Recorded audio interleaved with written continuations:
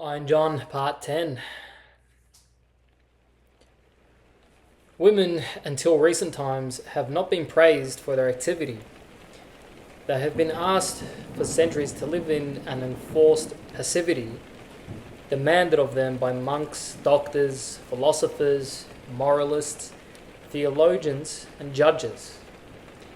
Women are coming out into activity just as the men are passing them, going the other way, into passivity. The passivity of the soft male of the first chapter is often a great surprise to women. During the last 30 years, men have been asked to learn how to go with the flow, how to follow rather than lead, how to live in a non-hierarchical way. Hierarchical way, that's impossible to say. How to be vulnerable, how to adopt consensus decision making. Some women want a passive man if they want a man at all. The church wants a tamed man. They are called priests. The university wants a domesticated man. They are called tenure track people. The corporation wants a team worker, and so on. In Blake's time, the corporations were called charter companies, and he said, I wander through each chartered street, near where the chartered Thames does flow, and mark in every face I meet, marks of weakness, marks of woe. Passivity increases exponentially as the educational system turns out products. The average American child by 18 has seen 4,000 hours of commercials. Yet very few televisions have been smashed by axes, very few presidential debates interrupted by activists, very few increases in the military budgets stopped by mass protests. Blake roots passivity in earliest childhood.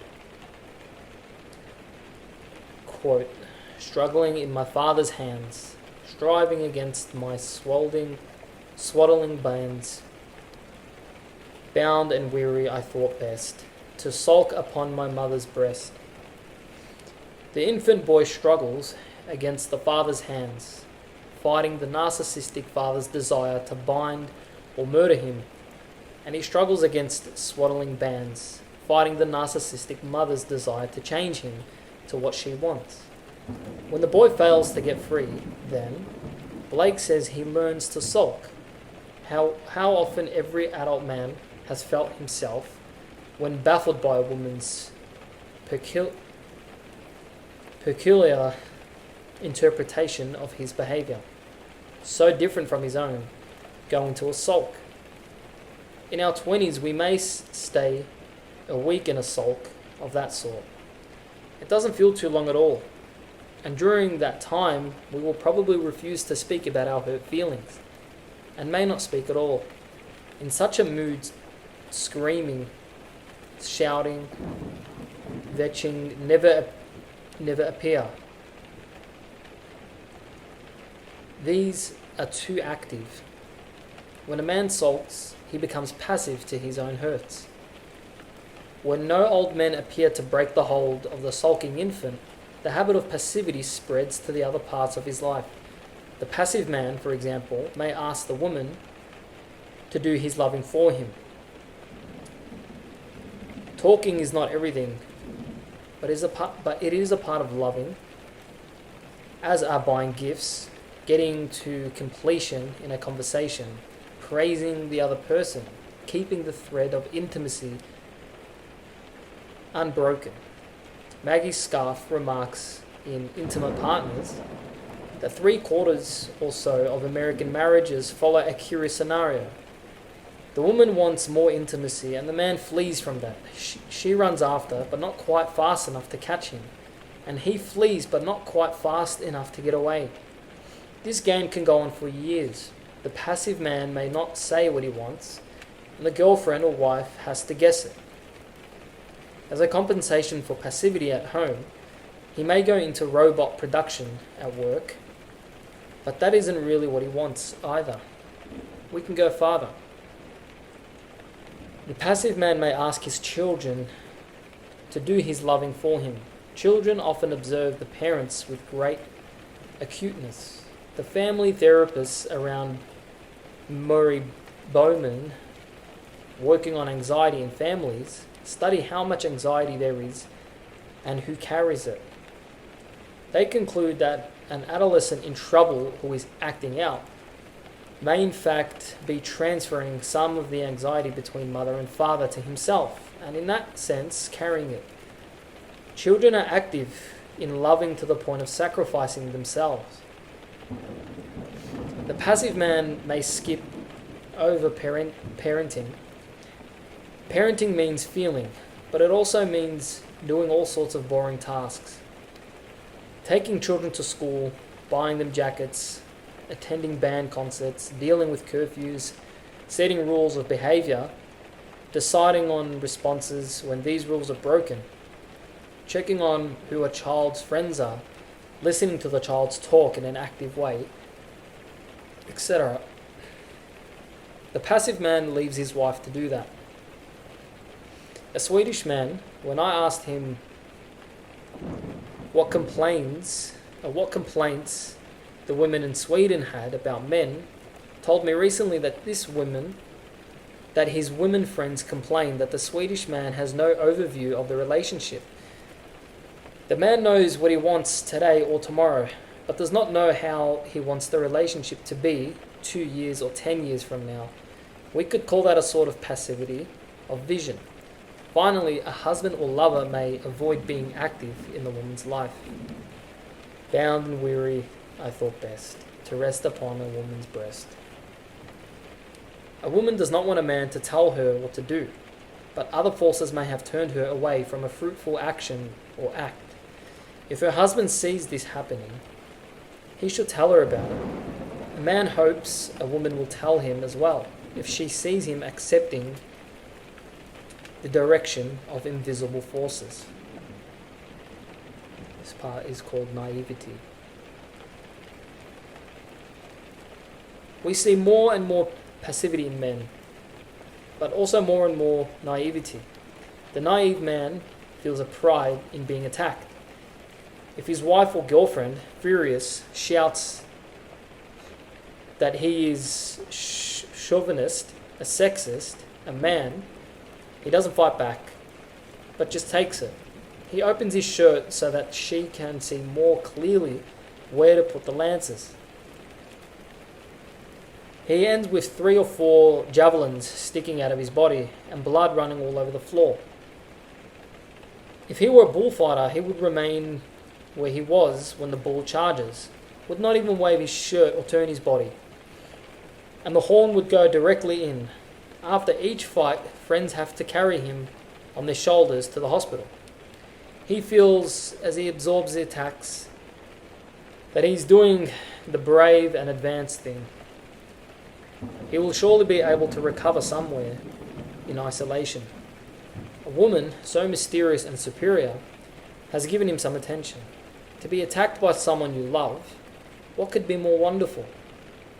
Perhaps the wounds may pay for some chauvinism act, and so allow him to remain special still longer. The naive man will also be proud that he can pick up the pain of others. He particularly picks up women's pain. When at 5 years old he sat at the kitchen table, his mother may have confided her suffering to him, and he felt flattered to be told of such things by a grown-up, even if it showed his father up poorly. He becomes attracted later to women who share their pain. His specialness makes him, in his own eyes, something of a doctor. He is often more in touch with women's pain than with his own, and he will offer to carry a woman's pain before he checks with his own heart to see if this labour is proper in the situation. In general, I think each gender drops its own pain when it tries to carry the pain of the other gender. I don't mean that men shouldn't listen. but hearing a woman's pain and carrying it are two different things. Women have tried for centuries to carry men's pain, and it hasn't worked well. The word special is important to the naive man. And he has special relationships with certain people. We all have some special relationships, but he surrounds the special person with a cloying kind of goodwill. The relationship is so special that he never examines the dark side of the person, which could be a son, a daughter, a wife, a male friend, a girlfriend.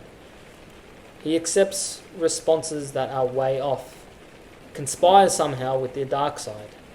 Some people are special, he says. We might say that if he doesn't investigate his son's or daughter's dark side, perhaps they will not investigate his. He may also have a secret and special relationship with a wounded little boy inside himself. If so, he won't challenge the little boy, nor will he point out his self-pity, nor actually listen to the boy either. He will simply let the boy run his life. Sincerity is a big thing with him. He assumes that the person, stranger or lover, he talks with is straightforward, good-willed, and speaking from the heart. He agrees with Rousseau and Whitman that each person is basically noble by nature and only twisted a little by institutions. He puts a lot of stock in his own sincerity. He believes in it, as if it were a horse or a city wall.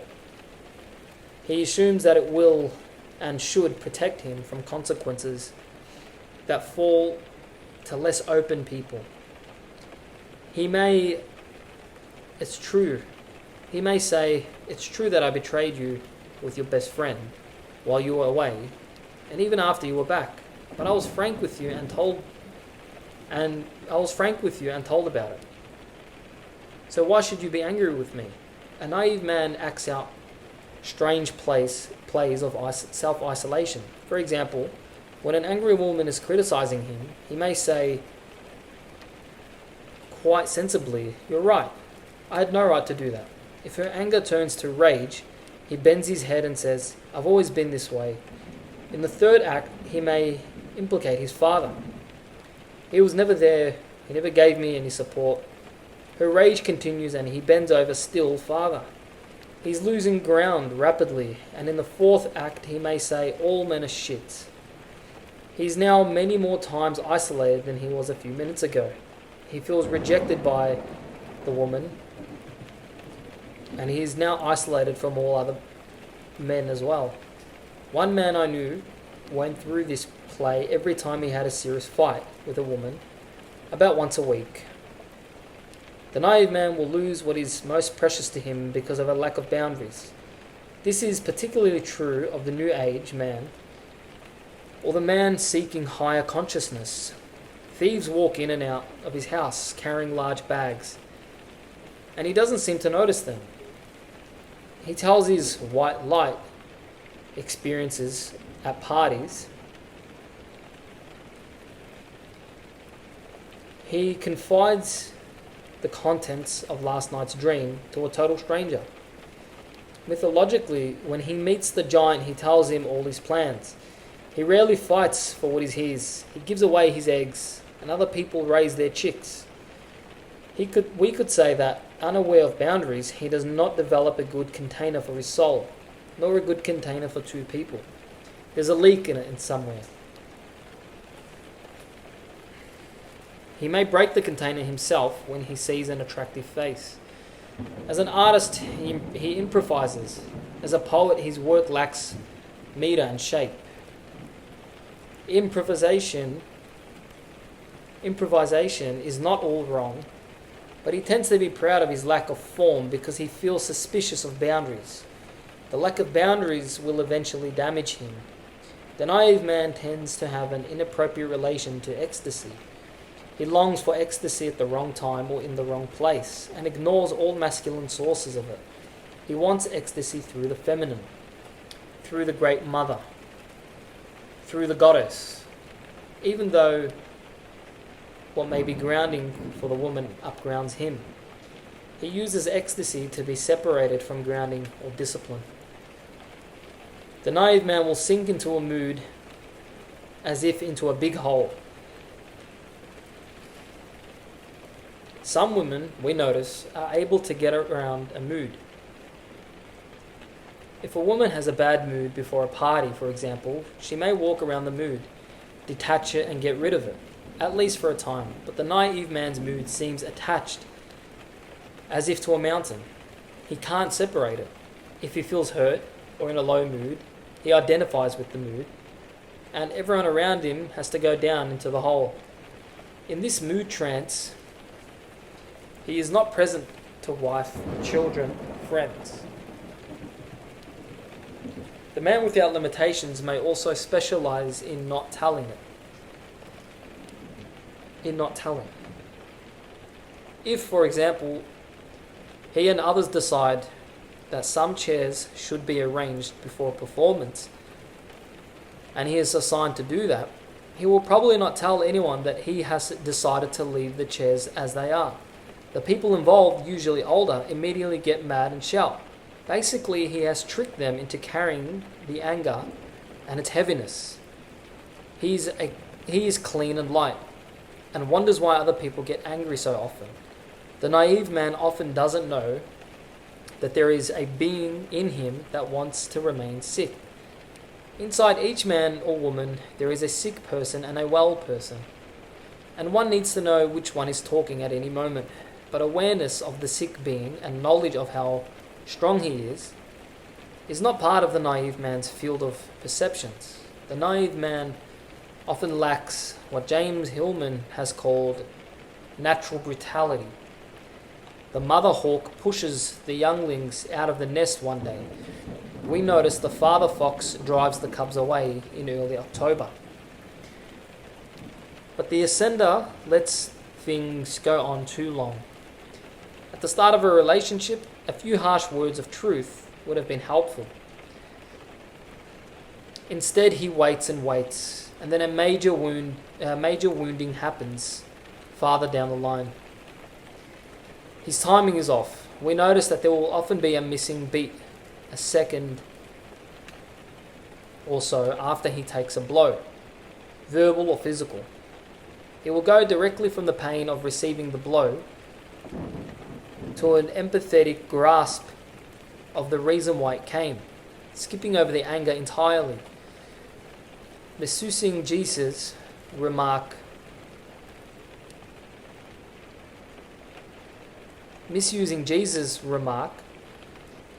he turns the missing cheek.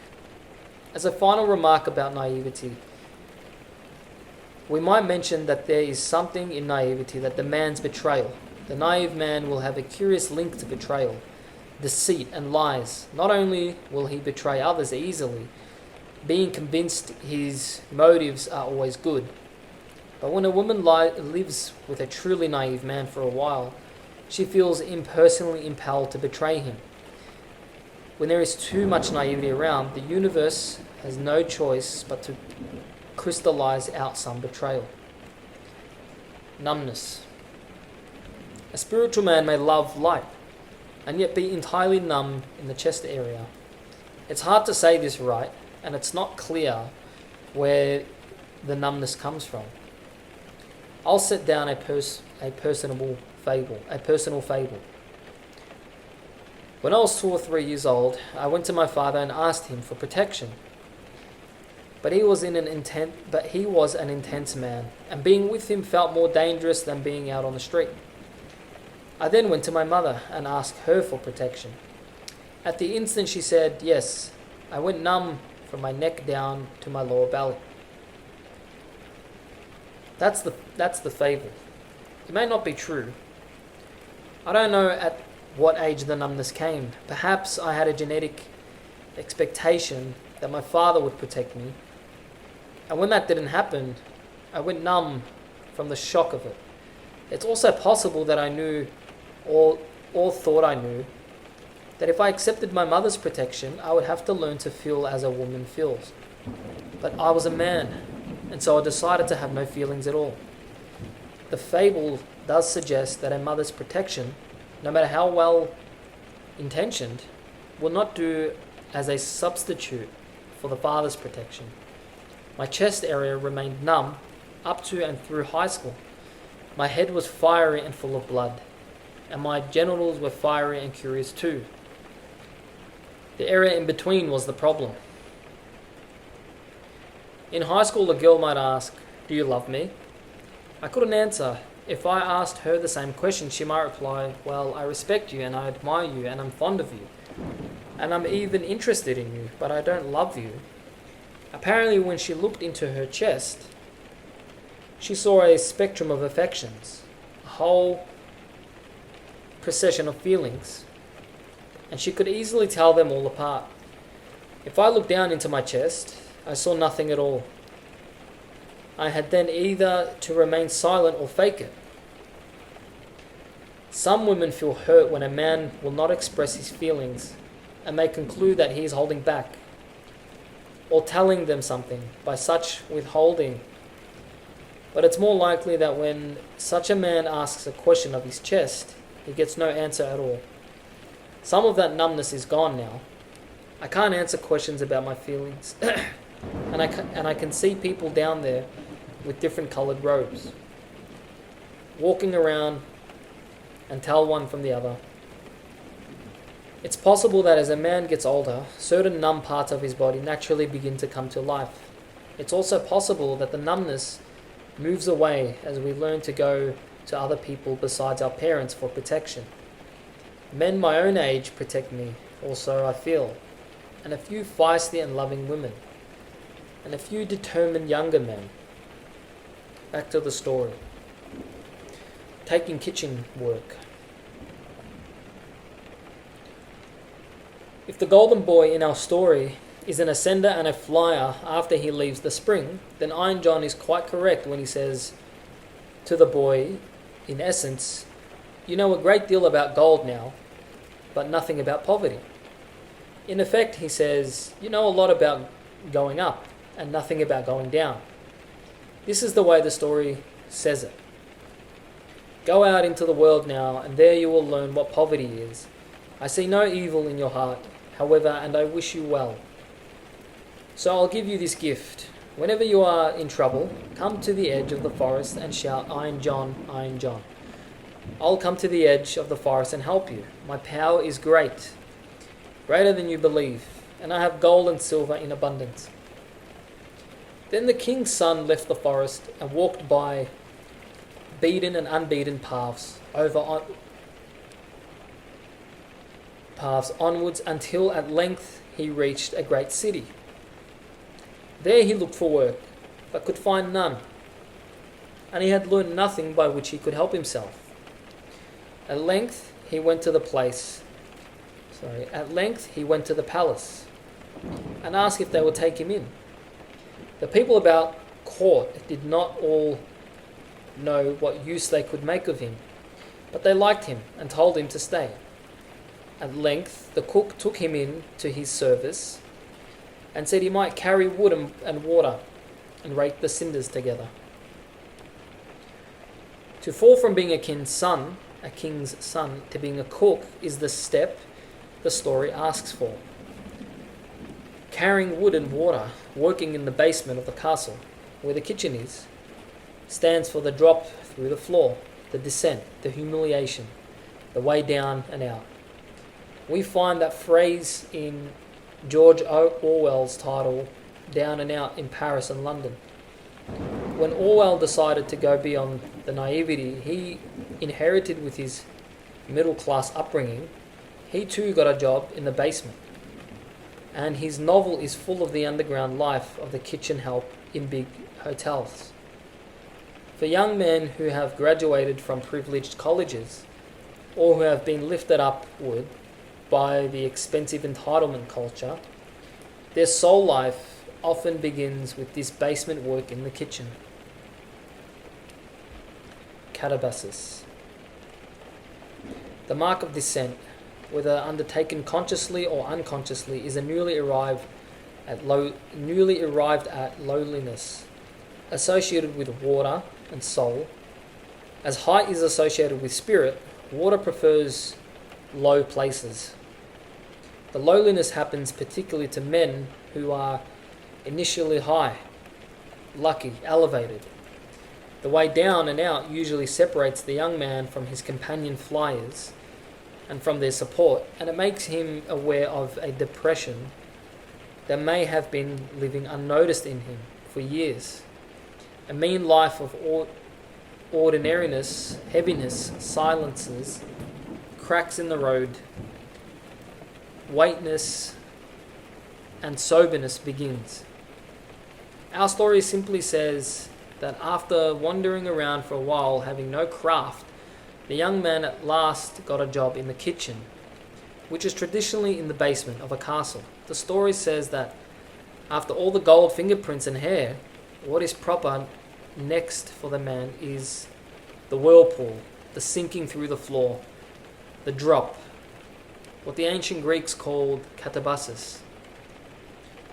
There is something more than a little frightening about this drop.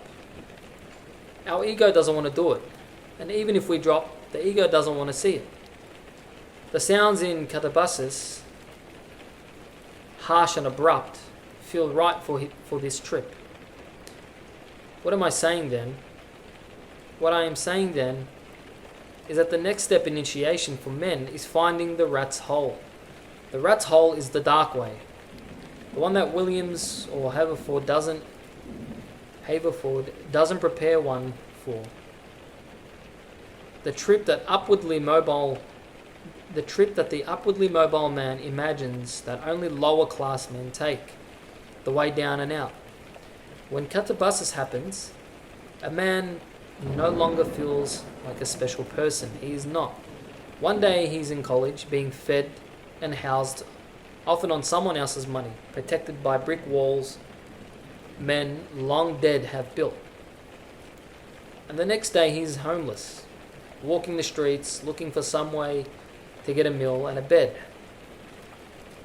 People know immediately when you are falling or have fallen. Doormen turn their backs.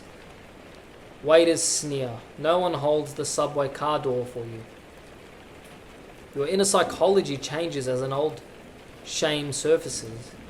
One walks with head down and feels it's all inevitable. The inner masculine self changes. While one is still grandiose and naive, a young man lives inside, shiny-faced, expectant, hopeful, dandified, a prince. After the descent begins, an old man takes the place of the prince. To one's amazement, a helpless, antisocial, brittle, isolated derelict takes over. We remember Oedipus in his katabasis.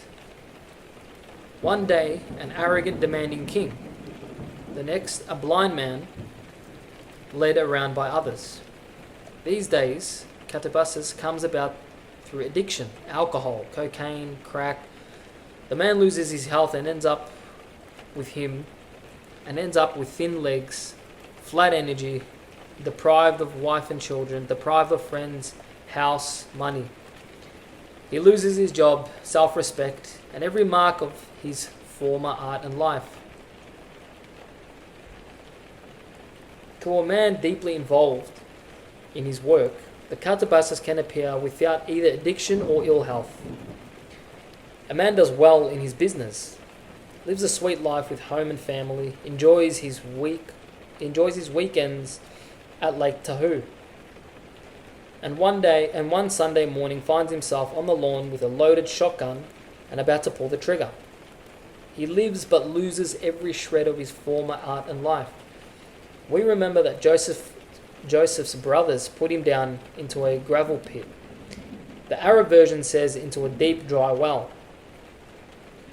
A few days later, they sell him to the slave traders, who in turn take him still farther downward into Egypt, where he makes a third descent into a dungeon after offending the commandant's wife.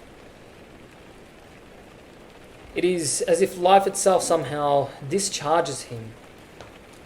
There are many ways of being discharged: a serious accident, the loss of a job, the breaking of a long-standing friendship, a divorce, a breakdown, an illness.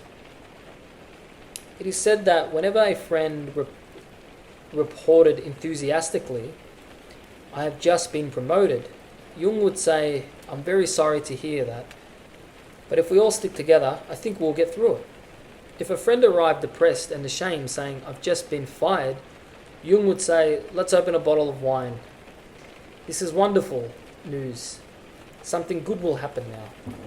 The young man in The Devil's Scooty Brother, Grimm Brother story, meets a dark man while wandering in the woods just after having been discharged from the army. He accepts a job boiling pots in a place underground, uniting in this image the kitchen and the descent. We can say that the state of being discharged is a good and holy state that prepares for the descent. Iron John, we could say, discharges the boy after his 3 days at the spring. We know that 19th century men characteristically failed to notice female suffering. The Madwoman in the Attic by Sandra Gilbert and Susan Goober describes how strong that suffering was. In this century, men have added another inattention. They characteristically failed to notice their own suffering. The wound a man receives from his father, or from life, or from contact with the wild man, first turned up in our story when the boy pinched his finger. Through that, his way of dealing with the world was damaged.